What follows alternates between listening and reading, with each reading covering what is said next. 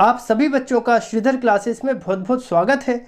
और आज के इस वीडियो में हम पढ़ने वाले हैं अक्षीय स्थिति में विद्युत क्षेत्र की तीव्रता के कारण कुछ न्यूमेरिकल्स, जो कि आपके कॉम्पिटिटिव एग्जाम्स जैसे नीट है, जी मेंस है या आप 12th बोर्ड एग्जाम में है, तब भी यह क्वेश्चन बहुत ही महत्वपूर्ण है।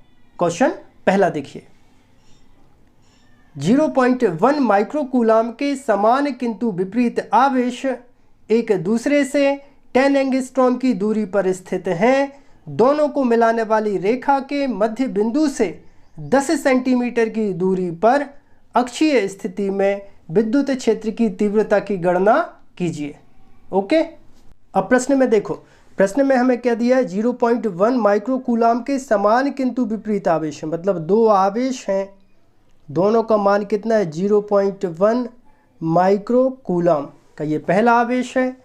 फिर एक दूसरा आवेश है समान किंतु विपरीत आवेश, मतलब कितना, -0.1 माइक्रोकूलाम के समान किंतु विपरीत आवेश एक दूसरे से कितनी दूरी पर है। प्रश्न में देखो जरा, कितनी दूरी पर है, 10 एंगस्ट्रॉम की दूरी पर स्थित हैं ये दोनों आवेश। अब इन दोनों आवेशों को मिलाने वाली रेखा के मध्य बिंदु से यहाँ कहीं पर एक बिंदु है, इस बिंदु को हम नाम दे देते हैं P। अब दोनों आवेशों के मध्य बिंदु क्या हो जाएगा, यहाँ पर। इन आवेशों के मध्य बिंदु से कितनी दूरी पर, इस मध्य बिंदु को हम नाम दे देते हैं O, और इसके मध्य बिंदु से 10 सेंटीमीटर की दूरी पर, ये 10 सेंटीमीटर की दूरी पर ये वाला बिंदु P है। इस पर हमें विद्युत क्षेत्र की तीव्रता की गणना करनी है। ठीक है, तो प्रश्न में हमें क्या क्या दिया है, दिया है नंबर 1 हमें आवेश दिया है। कोई भी एक आवेश ले लेते हैं, तो आवेश को किससे दर्शाते हैं, Q से। Q इक्वल कितना दिया, 0.1 माइक्रोकूलाम। माइक्रोन का मान रख दो, 1 माइक्रोन इक्वल कितना, 10⁻⁻⁻⁶, तो इक्वल कितना हो जाएगा, 0.1 माइक्रोन का मान 10⁻⁻⁶ कूलाम। इतना आवेश हो गया। और इन दोनों आवेशों के बीच की दूरी को हम किससे दर्शाते हैं, 2L से। 2L बराबर दोनों आवेशों के बीच की दूरी कितनी दी है, 10 एंगस्ट्रॉम। तो यहाँ पर ये 10 और एंगस्ट्रॉम का मान 10⁻⁻10 और हो जाएगा मीटर। ठीक है, देखिए यहाँ पर आवेश का मात्रक क्या दिया, माइक्रोकूलाम। अब जब हम न्यूमेरिकल सॉल्व करते हैं तो जितने भी मान दिए होते हैं उन सभी मानों को हमें ऐसा ही पद्धति में परिवर्तित करना होता है, उसी के बाद हम न्यूमेरिकल सॉल्व कर सकते हैं। देखिए जैसे यहाँ पर दूरी हमें 10 एंगस्ट्रॉम दी है, अब दूरी का मात्रक तो मीटर होता है, यहाँ पर क्या दिया, 10 एंगस्ट्रॉम।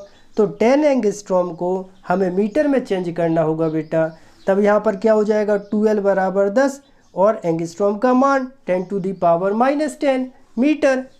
ठीक है, अब कितनी दूरी पर ज्ञात करनी है तीव्रता, तो बोलते हैं R। R इक्वल कितना दिया, 10 सेंटीमीटर।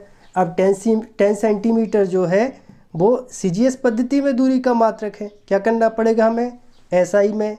तो ये कितना बन जाएगा, 10, क्या लिख देते हैं, तब ये बन जाएगा 10 × 10⁻⁻2 और ये बन जाएगा मीटर। मतलब कितना लिख सकते हैं, यहाँ पर ऋण 2 में से एक जाएगा तो कितना बचेगा, 10⁻⁻1 मीटर। अब देखो निरक्षीय स्थिति में, निरक्षीय स्थिति में विद्युत क्षेत्र की तीव्रता। ठीक है, निरक्षीय स्थिति में विद्युत क्षेत्र की तीव्रता, जल्दी सूत्र बोलो, E बराबर 9 × 10⁻9 और 2P और अपॉन होता है RQ। या फिर आगे देखो जरा, E इक्वल 9 × 10⁻9, फिर यहाँ पर 2 × P का सूत्र क्या होता है, P बराबर Q × 2L। तब ये हो जाएगा Q × 2L और अपॉन हो जाएगा RQ। मान रखो जरा, तब ये होगा E इक्वल 9 × 10⁻9 गुणा 2।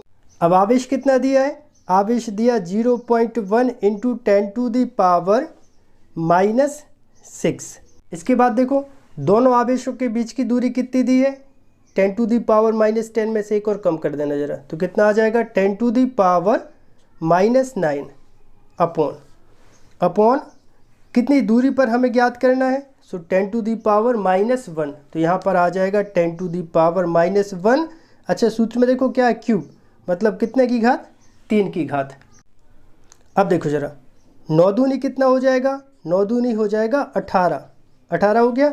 अब यहाँ पर देखो 10 टू दी पावर -9 और यहाँ पे प्लस, तो ये कैंसिल हो गए कैंसिल।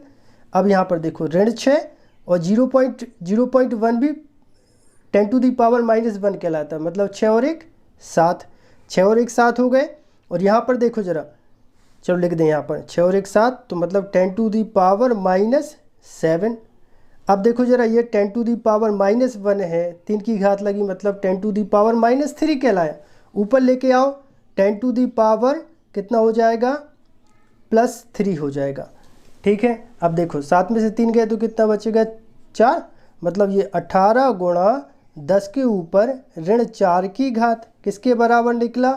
ई के बराबर। उसका मात्रक क्या होता है? न्यूटन पर कूलम। याद करो, कल हमने आपको एक क्वेश्चन होमवर्क में दिया था, निरक्षीय स्थिति में विद्युत क्षेत्र की तीव्रता की गणना करनी थी, तो उसका सही आंसर है E = 6.6 × 10 to the power 3 Newton पर कूलम। ये उसका सही आंसर होगा। और आज का होमवर्क है 5 माइक्रोकूलम और -5 माइक्रोकूलम के दो बिंदु आवेश एक दूसरे से 4 सेंटीमीटर की दूरी पर स्थित हैं। इसे द्विध्रुव के मध्य बिंदु से 4 सेंटीमीटर की दूरी पर अक्षीय स्थिति में विद्युत क्षेत्र की तीव्रता की गणना कीजिए। इस क्वेश्चन का आंसर वीडियो के कमेंट बॉक्स में आपको कमेंट करके बताना है, और इसका जो सही आंसर है वो हम बताएंगे आपको कल के वीडियो में।